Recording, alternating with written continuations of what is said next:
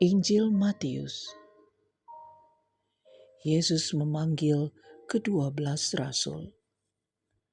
Bacaan dari Injil Matius 10 ayat 1 hingga 4. Yesus memanggil ke-12 murid-Nya dan memberi kuasa kepada mereka untuk mengusir roh-roh jahat dan untuk melenyapkan segala penyakit dan segala kelemahan.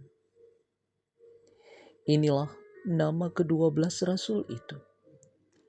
Pertama, Simon yang disebut Petrus dan Andreas saudaranya, dan Yakobus anak Zebedeus dan Yohanes saudaranya, Filipus dan Bartolomeus, Thomas dan Matius pemungut cukai, Yakobus anak Alfeus dan Tadeus, Simon orang Zelot, dan Yudas Iskariot yang mengkhianati Dia.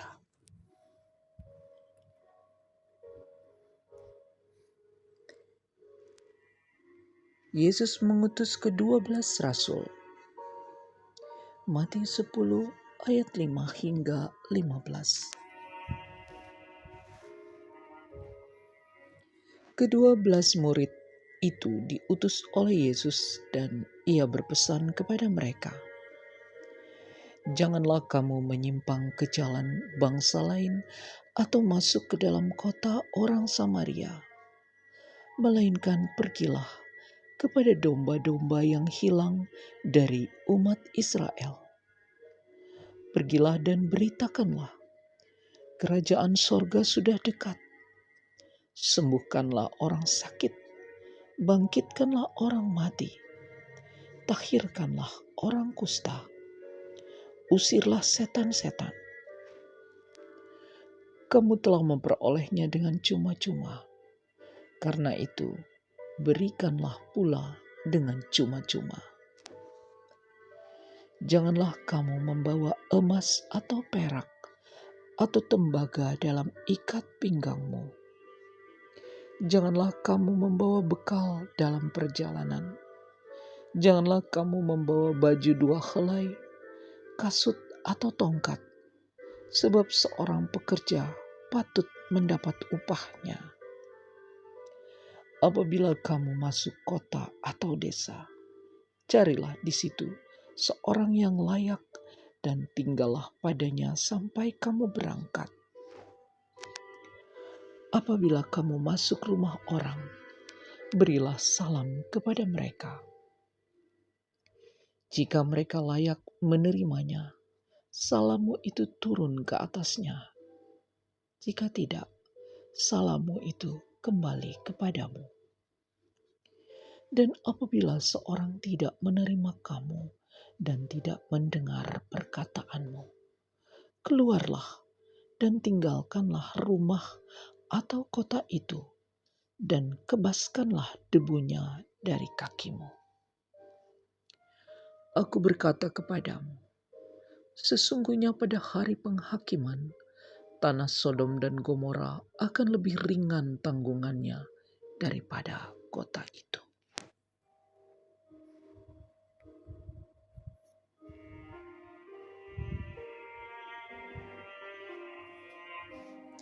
Penganiayaan yang akan datang dan pengakuan akan Yesus. Matius 10 ayat 16 hingga 33.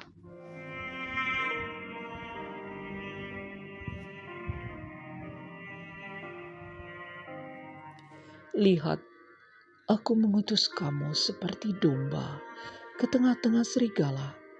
Sebab itu, hendaklah kamu cerdik seperti ular dan tulus seperti merpati. Tetapi waspadalah terhadap semua orang, karena ada yang akan menyerahkan kamu kepada majelis agama, dan mereka akan menyesah kamu di rumah ibadatnya.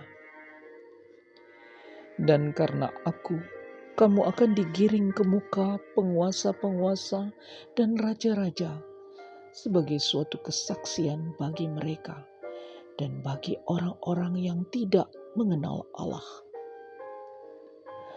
Apabila mereka menyerahkan kamu, janganlah kamu khawatir akan bagaimana dan akan apa yang harus kamu katakan, karena semuanya itu akan dikaruniakan kepadamu pada saat itu juga. Karena bukan kamu yang berkata-kata, melainkan Roh Bapamu. Dia yang akan berkata-kata di dalam kamu. Orang akan menyerahkan saudaranya untuk dibunuh. Demikian juga seorang ayah akan anaknya. Dan anak-anak akan memberontak terhadap orang tuanya dan akan membunuh mereka. Dan kamu akan dibenci semua orang oleh karena namaku. Tetapi orang yang bertahan sampai pada kesudahannya akan selamat. Apabila mereka menganiaya kamu dalam kota yang satu, larilah ke kota yang lain. Karena aku berkata kepadamu, sesungguhnya sebelum kamu selesai mengunjungi kota-kota Israel, Anak Manusia sudah datang. Seorang murid tidak lebih daripada gurunya, atau seorang hamba daripada tuannya.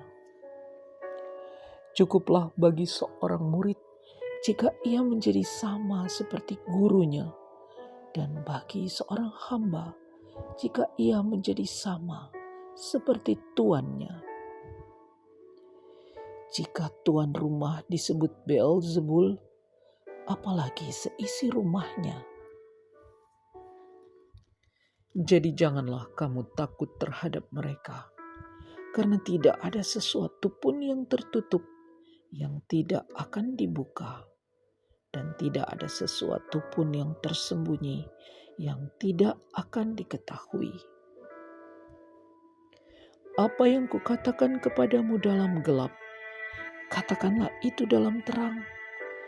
Dan apa yang dibisikkan ke telingamu, beritakanlah itu dari atas atap rumah. Dan janganlah kamu takut kepada mereka yang dapat membunuh tubuh, tetapi yang tidak berkuasa membunuh jiwa. Takutlah terutama kepada Dia yang berkuasa membinasakan baik jiwa maupun tubuh di dalam neraka. Bukankah burung pipit dijual 2 ekor seduit? Namun seekor pun daripadanya tidak akan jatuh ke bumi di luar kehendak Bapamu. Dan kamu, rambut kepalamu pun terhitung semuanya.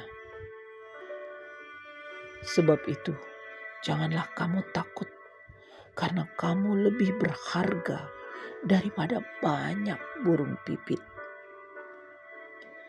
Setiap orang yang mengakui aku di depan manusia, aku juga akan mengakuinya di depan Bapa-Ku yang di sorga. Tetapi barang siapa menyangkal aku di depan manusia, aku juga akan menyangkalnya di depan Bapa-Ku yang di sorga.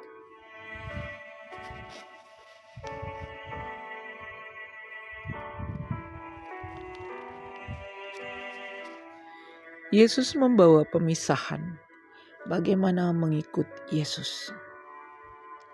Matius 10 ayat 34 hingga 11 ayat 1. Jangan kamu menyangka bahwa aku datang untuk membawa damai di atas bumi.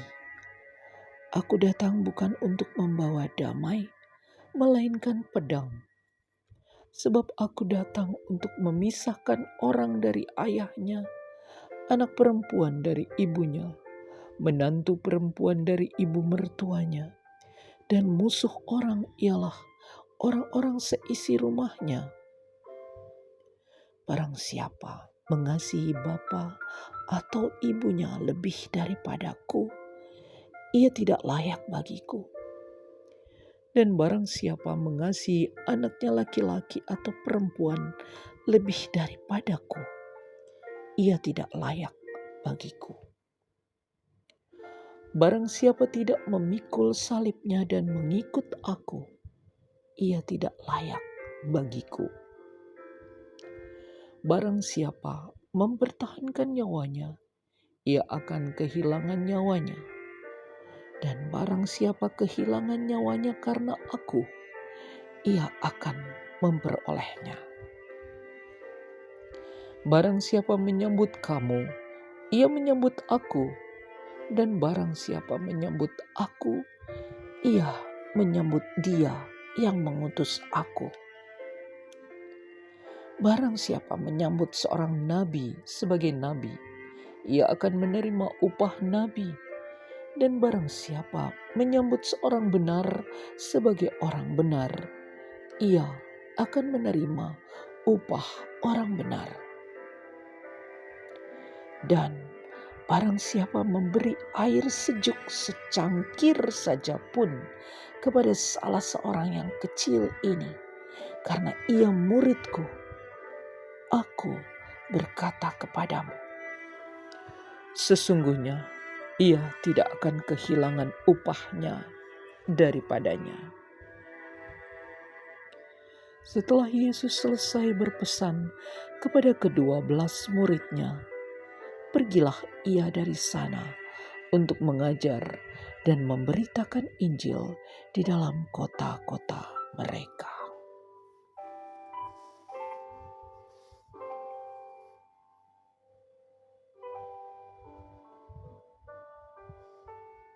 Yesus dan Yohanes Pembaptis.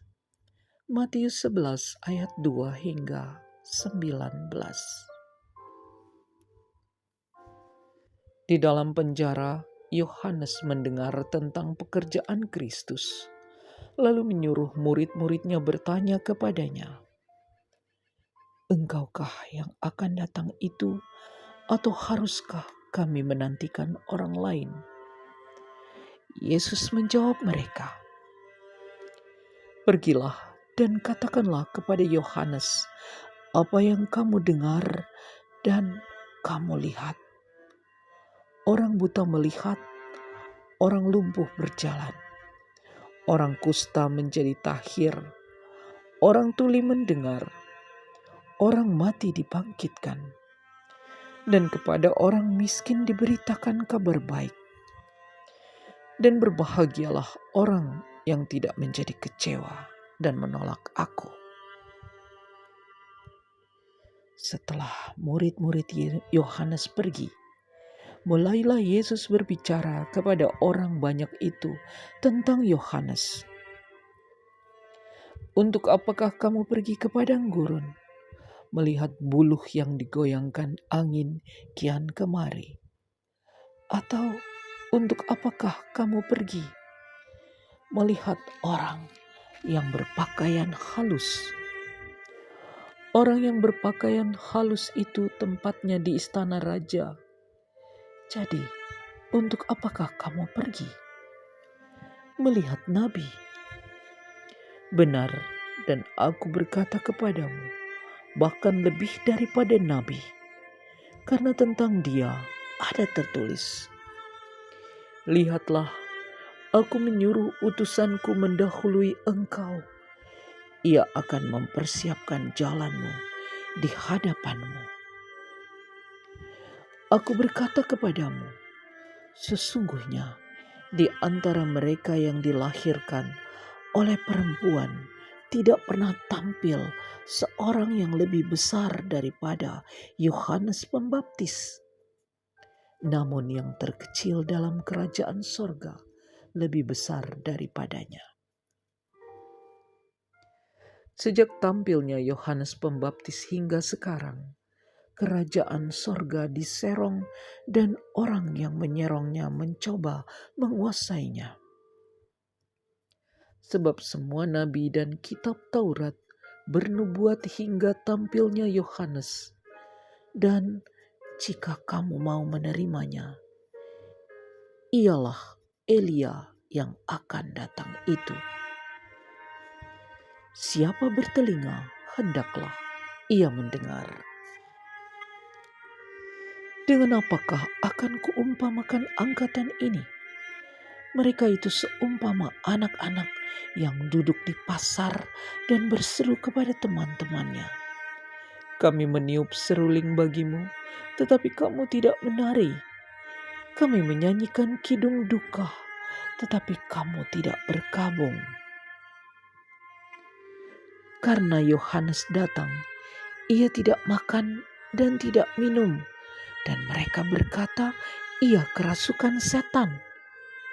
Kemudian Anak Manusia datang, ia makan dan minum, dan mereka berkata, lihatlah, ia seorang pelahap dan peminum, sahabat pemungut cukai dan orang berdosa. Tetapi hikmat Allah dibenarkan oleh perbuatannya.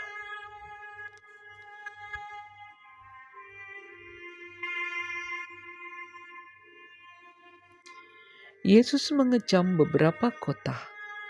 Matius 11 ayat 20 hingga 24.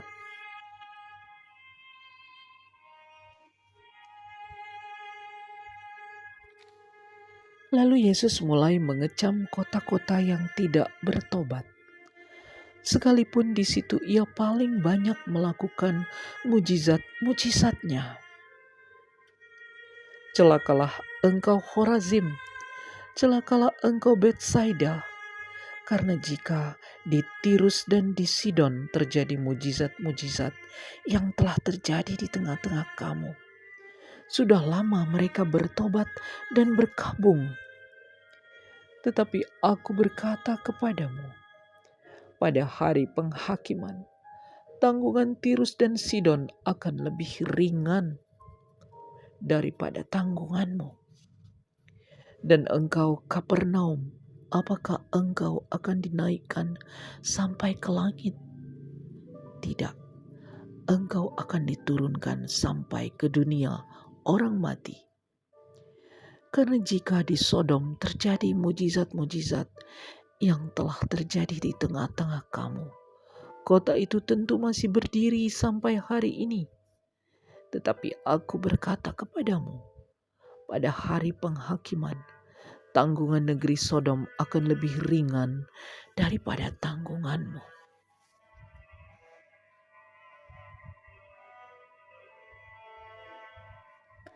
Ajakan Juru Selamat, Matius 11 ayat 25 hingga 30.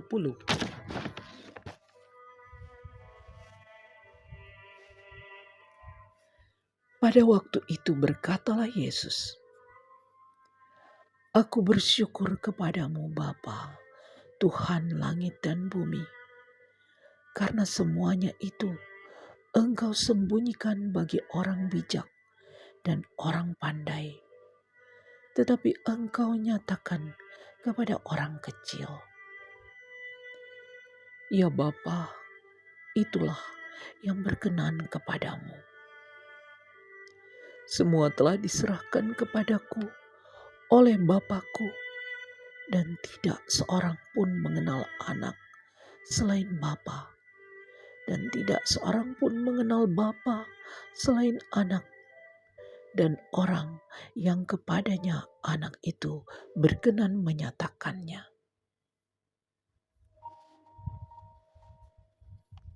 Marilah kepadaku, semua yang letih lesu dan berbeban berat, aku akan memberi kelegaan kepadamu. Pikulah kuk yang kupasang dan belajarlah padaku, karena aku lemah lembut dan rendah hati, dan jiwamu akan mendapat ketenangan. Sebab kuk yang kupasang itu enak, dan bebanku pun ringan.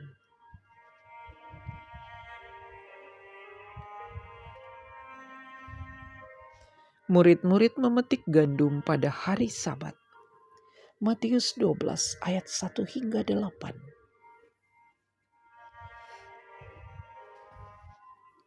Pada waktu itu, pada hari Sabat, Yesus berjalan di ladang gandum. Karena lapar, murid-muridnya memetik bulir gandum dan memakannya. Melihat itu, berkatalah orang-orang Farisi kepadanya, "Lihatlah, murid-muridmu berbuat sesuatu yang tidak diperbolehkan pada hari Sabat." Tetapi jawab Yesus kepada mereka, "Tidakkah kamu baca apa yang dilakukan Daud ketika ia dan mereka yang mengikutinya lapar? Bagaimana ia masuk ke dalam rumah Allah dan bagaimana mereka makan roti sajian yang tidak boleh dimakan, baik olehnya maupun oleh mereka yang mengikutinya, kecuali oleh imam-imam. Atau tidakkah kamu baca dalam kitab Taurat bahwa pada hari-hari Sabat imam-imam melanggar hukum Sabat di dalam bait Allah namun tidak bersalah? Aku berkata kepadamu, di sini ada yang melebihi bait Allah. Jika memang kamu mengerti maksud firman ini, yang kukehendaki ialah belas kasihan dan bukan persembahan. Tentu kamu tidak menghukum orang yang tidak bersalah, karena Anak Manusia adalah Tuhan atas hari Sabat."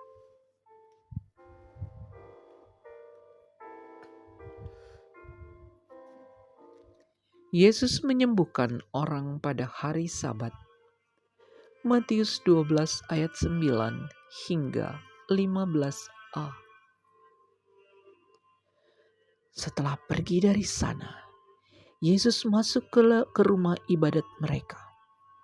Di situ ada seorang yang mati sebelah tangannya.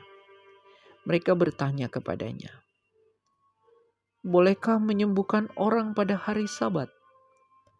Maksud mereka ialah supaya dapat mempersalahkan dia. Tetapi Yesus berkata kepada mereka, "Jika seorang dari antara kamu mempunyai seekor domba, dan domba itu terjatuh ke dalam lubang pada hari Sabat, tidakkah ia akan menangkapnya dan mengeluarkannya? Bukankah manusia jauh lebih berharga daripada domba? Karena itu, boleh berbuat baik pada hari Sabat." Lalu kata Yesus kepada orang itu, "Ulurkanlah tanganmu." Dan ia mengulurkannya, maka pulihlah tangannya itu dan menjadi sehat seperti tangannya yang lain. Lalu keluarlah orang-orang Farisi itu dan bersekongkol untuk membunuh dia. Tetapi Yesus mengetahui maksud mereka, lalu menyingkir dari sana.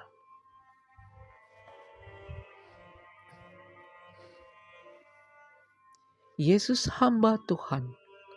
Matius 12 ayat 15b hingga 21.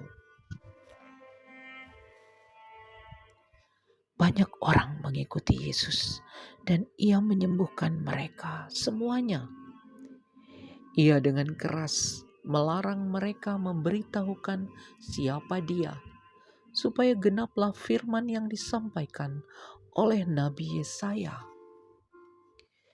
"Lihatlah, itu hambaku yang kupilih, yang kukasihi, yang kepadanya jiwaku berkenan. Aku akan menaruh rohku ke atasnya, dan ia akan memaklumkan hukum kepada bangsa-bangsa. Ia tidak akan berbantah dan tidak akan berteriak, dan orang tidak akan mendengar suaranya di jalan-jalan.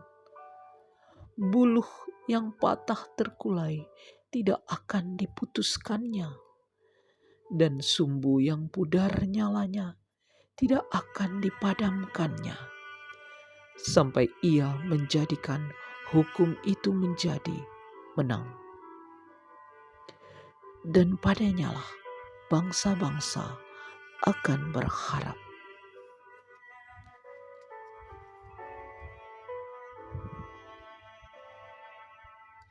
Yesus dan Beelzebul. Matius 12 ayat 22 hingga 37. Kemudian dibawalah kepada Yesus seorang yang kerasukan setan. Orang itu buta dan bisu. Lalu Yesus menyembuhkannya, sehingga si bisu itu berkata-kata dan melihat. Maka takjublah sekalian orang banyak itu. Katanya, "Ia ini agaknya anak Daud." Tetapi ketika orang Farisi mendengarnya, mereka berkata, "Dengan Beelzebul, penghulu setan, ia mengusir setan." Tetapi Yesus mengetahui pikiran mereka, lalu berkata kepada mereka, "Setiap kerajaan yang terpecah-pecah pasti binasa, dan setiap kota atau rumah tangga yang terpecah-pecah tidak dapat bertahan.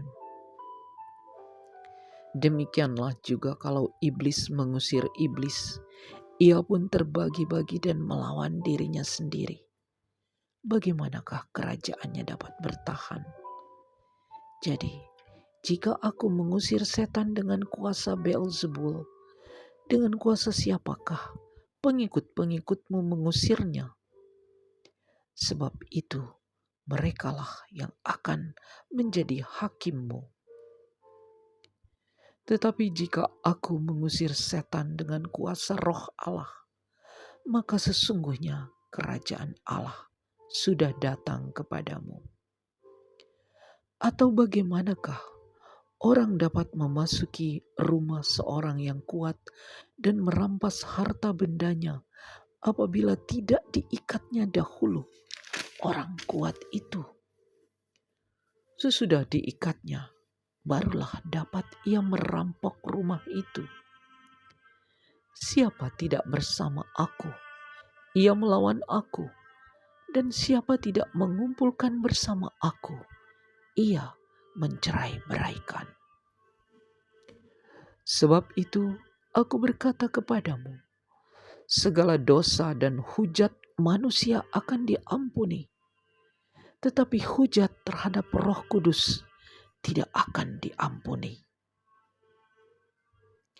Apabila seorang mengucapkan sesuatu menentang Anak Manusia, ia akan diampuni. Tetapi jika ia menentang Roh Kudus, ia tidak akan diampuni. Di dunia ini tidak, dan di dunia yang akan datang pun tidak. Jikalau suatu pohon kamu katakan baik, maka baik pula buahnya. Jikalau suatu pohon kamu katakan tidak baik, maka tidak baik pula buahnya. Sebab dari buahnya pohon itu dikenal. Hai kamu keturunan ular beludak, bagaimanakah kamu dapat mengucapkan hal-hal yang baik, sedangkan kamu sendiri jahat? Karena yang diucapkan mulut meluap dari hati. Orang yang baik mengeluarkan hal-hal yang baik dari perbendaharaannya yang baik. Dan orang yang jahat mengeluarkan hal-hal yang jahat dari perbendaharaannya yang jahat. Tetapi aku berkata kepadamu, setiap kata sia-sia yang diucapkan orang harus dipertanggungjawabkannya pada hari penghakiman. Karena menurut ucapanmu engkau akan dibenarkan, dan menurut ucapanmu pula engkau akan dihukum.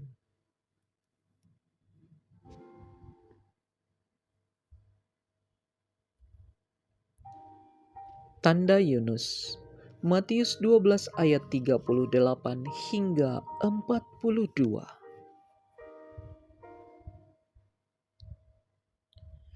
Pada waktu itu berkatalah beberapa ahli Taurat dan orang Farisi kepada Yesus, "Guru, kami ingin melihat suatu tanda daripadamu." Tetapi jawabnya kepada mereka, Angkatan yang jahat dan tidak setia ini menuntut suatu tanda, tetapi kepada mereka tidak akan diberikan tanda selain tanda Nabi Yunus. Sebab seperti Yunus tinggal di dalam perut ikan 3 hari 3 malam, demikian juga Anak Manusia akan tinggal di dalam rahim bumi 3 hari 3 malam. Pada waktu penghakiman, orang-orang Niniwe akan bangkit bersama angkatan ini dan menghukumnya juga. Sebab orang-orang Niniwe itu bertobat setelah mendengar pemberitaan Yunus, dan sesungguhnya yang ada di sini lebih daripada Yunus. Pada waktu penghakiman, ratu dari selatan itu akan bangkit bersama angkatan ini, dan ia akan menghukumnya juga. Sebab ratu ini datang dari ujung bumi untuk mendengar hikmat Salomo, dan sesungguhnya yang ada di sini lebih daripada Salomo.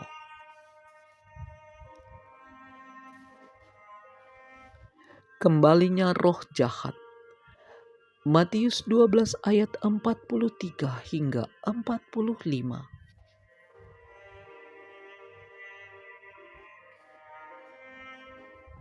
Apabila roh jahat keluar dari manusia, ia pun mengembara ke tempat-tempat yang tandus mencari perhentian, tetapi ia tidak mendapatnya. Lalu ia berkata, "Aku akan kembali ke rumah yang telah kutinggalkan itu." Maka pergilah ia dan mendapati rumah itu kosong, bersih tersapu, dan rapi teratur. Lalu ia keluar dan mengajak 7 roh lain yang lebih jahat daripadanya, dan mereka masuk dan berdiam di situ.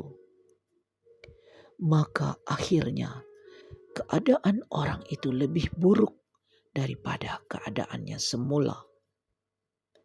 Demikian juga akan berlaku atas angkatan yang jahat ini.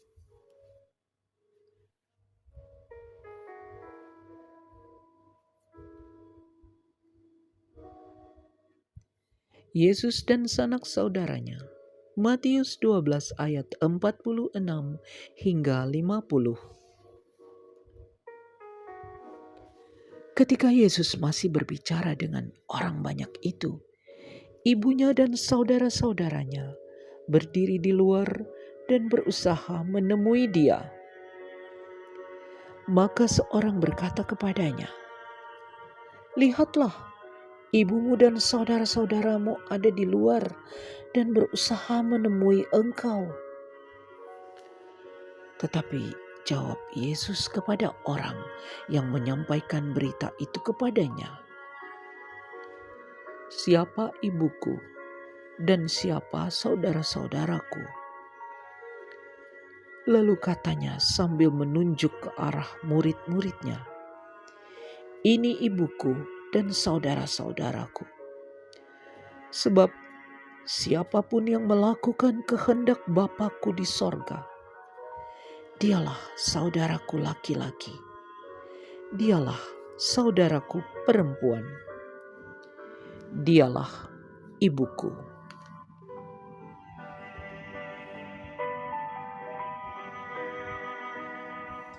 Demikianlah sabda Tuhan. Terpujilah Kristus.